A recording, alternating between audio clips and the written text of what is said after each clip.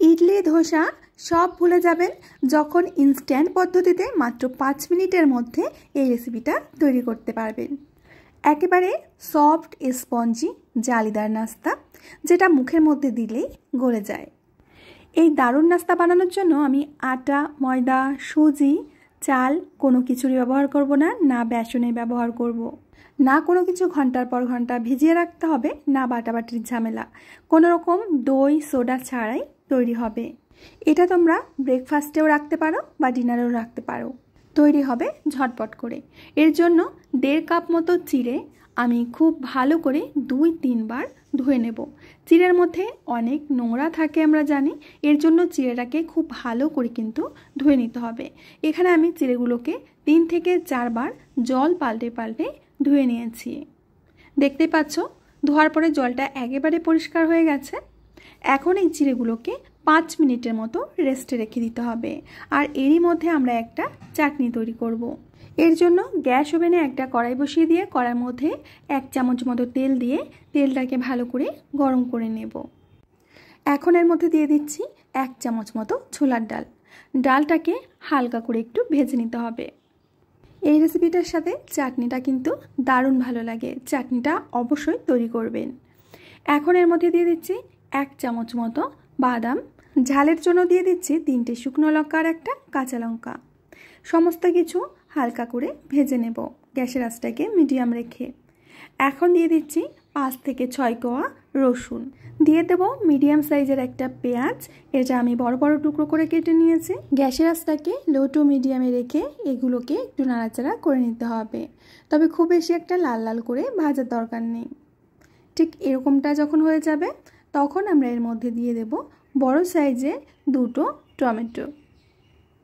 আমি টমেটোগুলোকে কুচিয়ে রেখেছিলাম। দিয়ে দেব স্বাদ মতো লবণ। এখন সমস্ত কিছুকে ভালো করে একটু মিশিয়ে নেব। এখন ঢাকনা দিয়ে ঢেকে কিছুক্ষণ অপেক্ষা করব। বেশ কিছুক্ষণ পরে আমি ঢাকনাটা খুলে নিচ্ছি। মাঝে একবার ঢাকনা খুলে আমি কিন্তু নেড়ে দিয়েছিলাম। তো দেখতে পাচ্ছ টমেটোগুলো একেবারে গলে গিয়েছে। এর থেকে বেশি ভাজার কিন্তু কোনো দরকার নেই। এখন এগুলোকে ঠান্ডা করে নেব। ঠান্ডা করে নিয়ে আমি একটা মিক্সিং জারের মধ্যে দিয়ে দিচ্ছি।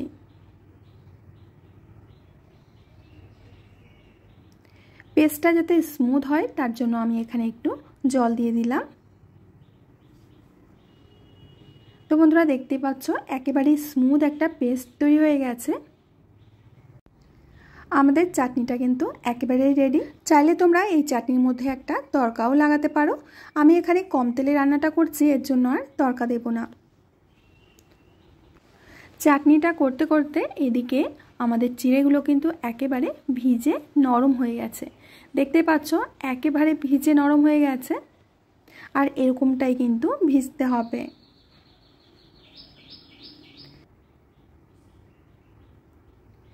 এবার নিয়ে নেব একটা মিক্সিং জার।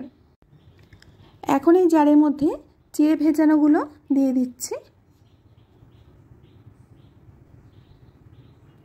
এবার এর মধ্যে একটা সিক্রেট জিনিস অ্যাড করব, সেটা হলো ডেসিকেটেড কোকোনাট। চাইলে তোমরা এর পরিবর্তে ফ্রেশ নারকেল কোড়াও দিতে পারো, তবে বেশি দেবে না, 2 থেকে 3 চামচ। এখন এগুলোর একটা মিহি পেস্ট তৈরি করে নেব। তো বন্ধুরা তোমরা দেখতে পাচ্ছ স্মুথ একটা পেস্ট কিন্তু তৈরি হয়ে গেছে।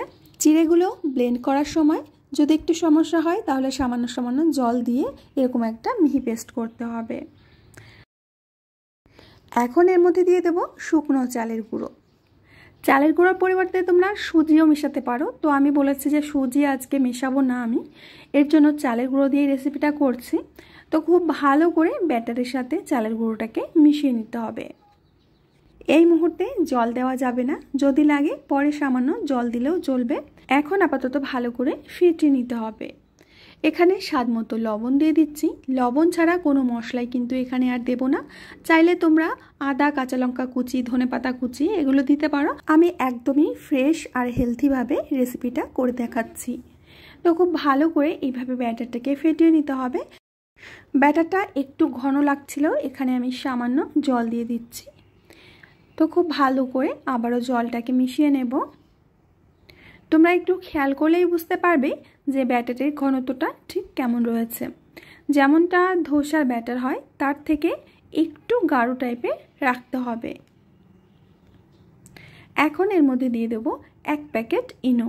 আমি এখানে কোনো সোডার ব্যবহার করছি না, ইনো দিয়েই আজকের ব্রেকফাস্টটা তৈরি করব। সামান্য জল দিয়ে হালকা হাতে খুব ভালো করে ব্যাটারের সাথে মিশিয়ে নেব। ইনোটা মেশানোর পর কিন্তু দেরি করা যাবে না, সাথে সাথেই নাস্তাগুলো বানিয়ে ফেলতে হবে। আর ব্যাটারের ঘনত্বটা নিশ্চয়ই তোমরা বুঝতে পারছো ঠিক কেমন রাখতে হবে। এবার গ্যাস ওভেনে একটা শুকনো তাওয়া বসিয়ে দিয়ে তাওয়াটাকে খুব ভালো করে গরম করে নিয়েছি। এবার তার মধ্যে 1 হাতা মতো ব্যাটার দিয়ে দিলাম। এখানে কিন্তু আমি কোনো তেল ব্রাশ করিনি, তেল ছাড়াই রেসিপিটা তৈরি করছি। ব্যাটারটা দিয়ে 30 সেকেন্ড মতো হাই ফ্লেমে জাল করতে হবে। 30 সেকেন্ড পর গ্যাসের ফ্লেমটাকে একেবারে লোতে করে দিয়ে আরও 30 সেকেন্ড অপেক্ষা করতে হবে। দেখতেই পাচ্ছ নাস্তাটা কতটা পরিমাণে জালিদার হয়েছে। মোটামুটি 1 থেকে 1.5 মিনিটের মধ্যেই প্রত্যেকটা নাস্তা তৈরি হয়ে যাবে। তো একটা আমার তৈরি হয়ে গেছে। তো আরও একটা নাস্তা আমি তোমাদের দেখিয়ে দিচ্ছি। আরও 1 হাতা ব্যাটার দিয়ে দিলাম, একটু ছড়িয়ে বড় করে দিচ্ছি। 30 সেকেন্ড মতো হাই আঁচে রাখবো আর 30 সেকেন্ড মতো লো আঁচে রাখবো। তারপরে আমরা নাস্তাটা তুলে নেব। দেখতে পাচ্ছ কত ইজিলি উঠে যাচ্ছে আর কতটা পরিমাণে জালিদার হয়েছে। আমি তোমাদের একটু কাছ থেকে দেখিয়ে দিচ্ছি। তো বন্ধুরা, এইভাবে একে একে প্রত্যেকটা নাস্তা আমি তৈরি করে নিয়েছি। ইনো দেওয়ার কারণে কিন্তু এরকম জালিদার হয়েছে। তোমরা যদি ইনোটাই স্কিপ করতে চাও করতে পারো, জালিদার হবে না, তবে খেতে একই রকম লাগবে। একে একে সবকটি নাস্তা আমি তৈরি করে নিচ্ছি। আর তোমরা দেখেই বুঝতে পারছো এগুলো দেখতে কতটা জালিদার হয়েছে, সফট আর স্পঞ্জি হয়েছে। তো অনেকগুলো নাস্তা আমার তৈরি হয়ে গেছে।